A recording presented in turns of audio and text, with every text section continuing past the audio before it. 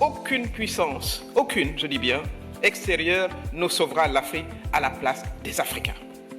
Aminata Touré choque le forum de Lomé avec un discours explosif. Elle dit la CEDEAO doit se réformer ou de laisser la CEDEAO mourir. Un discours historique met la CEDEAO face à la réalité. L'Afrique de l'Ouest en danger. Aminata Touré tire la sonnette d'alarme. La vérité que beaucoup craignent d'entendre au forum de Lomé. Je rappelle que l'Union africaine a créé la force africaine en attente visant à intervenir rapidement en cas de crise. N'est pas aussi fonctionnel que nous le souhaitons. La communauté économique régionale, que ce soit la CEDEAO, la SADC, la CEAC, développe des forces régionales coordonnées pour faire face aux menaces transfrontalières, qu'il s'agisse du terrorisme, du trafic ou de conflits internes. Ces initiatives montrent que la sécurité n'est plus seulement une question nationale, elle devient une question continentale et elle requiert de la coopération. Il nous faut des leviers pour réduire la dépendance aux puissances étrangères au continent pour renforcer notre souveraineté. Donc la question de la collaboration sécuritaire et militaire comme un enjeu continental basé sur la solidarité me paraît être nécessaire. Mais nous avons également la question de l'intégration économique et la coopération régionale. L'autonomie stratégique passe également par une coopération économique renforcée entre nos pays. Nous sommes le continent qui commerce le moins avec lui-même. Nous sommes à 12% du commerce intra-africain, d'où la ZLECA. Alors que le reste du monde, en moyenne, en Asie, c'est 65%, en Europe, c'est 80%, etc. Donc nous avons un grand espoir que la création de la zone de libre-échange continentale africaine va constituer un tournant historique. On espère qu'elle va réduire la dépendance au marché étranger en stimulant, comme je l'ai dit, le commerce intra-africain et qu'il va surtout favoriser l'industrialisation locale et la création de chaînes de valeur africaines plutôt que l'exportation brute de nos matières premières. Et ça, nous en parlons depuis les indépendances. Au-delà du commerce, des projets de corridors d'infrastructures et de transports régionaux sont importants pour faciliter la circulation des biens, des services et des personnes, tout en renforçant la résilience économique face aux chocs mondiaux. L'intégration, pour moi, est un outil de pouvoir géopolitique que nous n'avons pas suffisamment utilisé. Nous constituons plus du tiers de l'Assemblée générale des Nations unies, plus du tiers, avec 54 pays. Nous n'avons pas suffisamment développé justement ce pouvoir commun géopolitique pour agir dans les intérêts de l'Afrique. La scène internationale offre également à l'Afrique des opportunités de repositionnement stratégique. Les pays africains adoptent de plus en plus une diplomatie multipolaire en diversifiant leurs partenariats. Nous avons également les opportunités de la coopération sud-sud avec les BRICS, qui vont, j'espère, bientôt être les BRICS-N, le Nigeria, qui a pendant plusieurs années été la première économie du continent et qui vient d'avoir un statut d'observateur, ce qui est une injustice à mon avis, puisque l'économie nigériane était plus grande que l'économie sud-africaine. Voilà. Donc voilà également des équilibres à rétablir. Nous sommes de plus en plus en train de renforcer notre coopération avec des pays asiatiques comme le Japon, l'Inde, etc. Et il nous faut également des initiatives continentales pour défendre par une voix africaine commune les positions et les intérêts de l'Afrique dans les différents forums internationaux, que ce soit au niveau de l'ONU, du G20 ou de la COP. Cette diplomatie active et diversifiée permet à l'Afrique de réduire sa dépendance politique et économique tout en affirmant ses priorités et son agenda stratégique sur la scène mondiale. Il nous faut également parler de la question de la transition énergétique et l'autonomie technologique. L'autonomie stratégique ne se limite pas seulement à la sécurité et à l'économie. Elle concerne aussi la maîtrise des technologies et des ressources énergétiques. L'Afrique possède un potentiel immense, solaire, hydraulique, gaz, minerais stratégiques et encore, au moment où je vous parle, beaucoup de nos villages sont dans le noir. C'est impossible. Les investissements dans les énergies renouvelables locales peuvent rendre les États moins dépendants des importations d'énergie et réduire la vulnérabilité climatique. Le développement de la recherche et de l'innovation technologique permet au continent de produire ses propres solutions, de protéger ses données et de participer activement à la révolution numérique mondiale au lieu seulement de la subir. Il reste également un défi majeur, celui de transformer toutes ces initiatives autonomes, qu'elles deviennent autonomes, qu'elle devienne stratégique et qu'elle devienne durable. La résilience africaine ne peut pas se limiter à des réactions ponctuelles aux crises. Elle doit devenir une capacité structurelle et continue. Elle doit être capable de protéger le continent face aux turbulences mondiales. Pour ce faire, il nous faut impérativement professionnaliser et coordonner les forces régionales à l'échelle continentale. Les missions ponctuelles ne suffisent pas.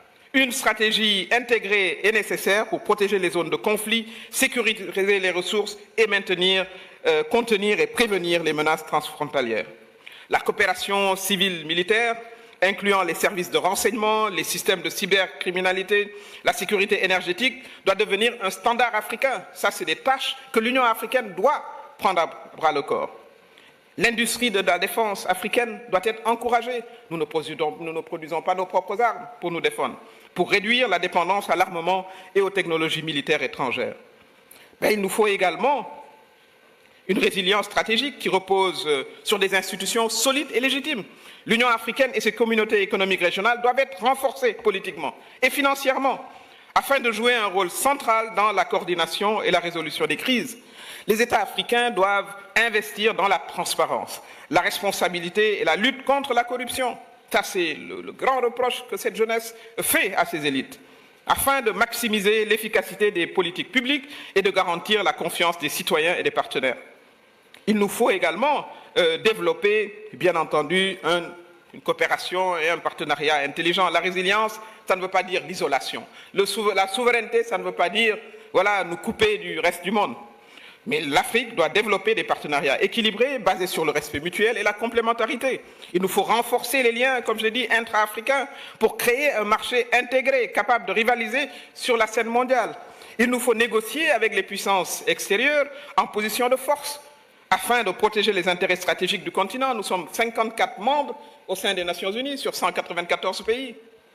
Il nous faut également promouvoir une diplomatie proactive fondée sur l'initiative africaine pour influencer les décisions. Je parlais également de la nécessité de l'autonomie en matière de maîtrise technologique. Il nous faut, en un mot, être maître de notre destin. Et en conclusion, je voudrais dire que l'Afrique est à la croisée des chemins, je voudrais le répéter.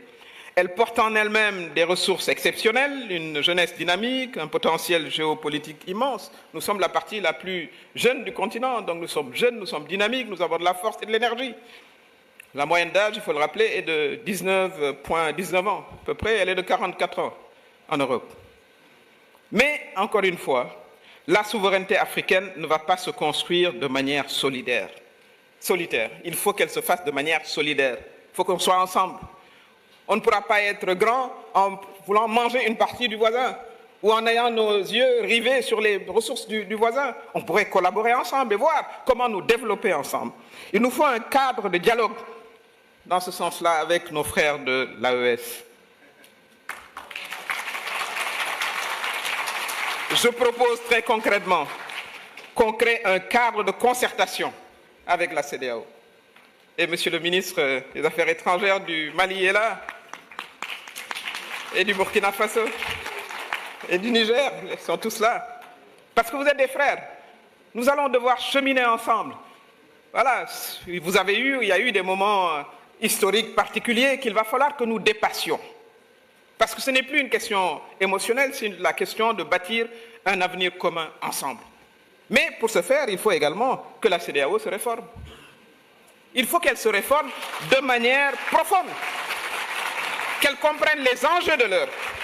Cela est très très important et qu'elle ne soit plus perçue par les peuples et par les jeunes comme un machin, comme disait voilà, quelqu'un, où c'est juste des élites qui se réunissent, des élites qui sont comme moi et vous dans la salle, qui n'ont pas de problème particulier, qui ont envoyé leurs enfants faire leurs études à l'étranger.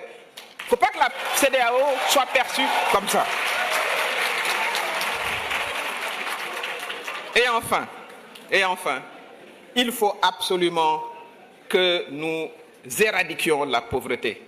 Il faut se le dire. Je vois l'ancien ambassadeur de Chine au Sénégal.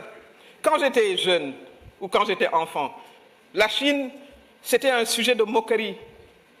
Aux États-Unis, on disait « unlucky like a Chinaman ». Ça veut dire que vous n'avez aucune chance dans la vie. Mais aujourd'hui, la Chine rivalise avec les États-Unis. Pourquoi elle a pu le faire? Parce qu'elle a éradiqué la pauvreté. Tant que nous serons pauvres comme nous le sommes, personne ne nous respectera. Ça, il faut que nous le comprenions. Il faut absolument une initiative, deuxième proposition, une initiative africaine continentale d'éradication définitive de la pauvreté. Il est inconcevable qu'au XXIe siècle, des femmes meurent en couche parce qu'elles n'ont pas accès à des services de santé. Il est inconcevable au XXIe siècle que nos enfants aillent à l'école en ayant faim. Il est inconcevable que nos jeunes, avec des masters, des doctorats, soient assis.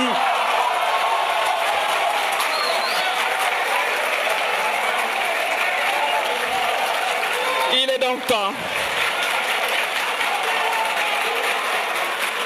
Il est donc temps que l'Afrique, une fois pour toutes, vive au XXIe siècle, comme le reste du monde, que la question de la pauvreté soit derrière nous. Et il est temps que les dirigeants, les institutions et les citoyens africains se reconnaissent dans cette vision. Je vous remercie.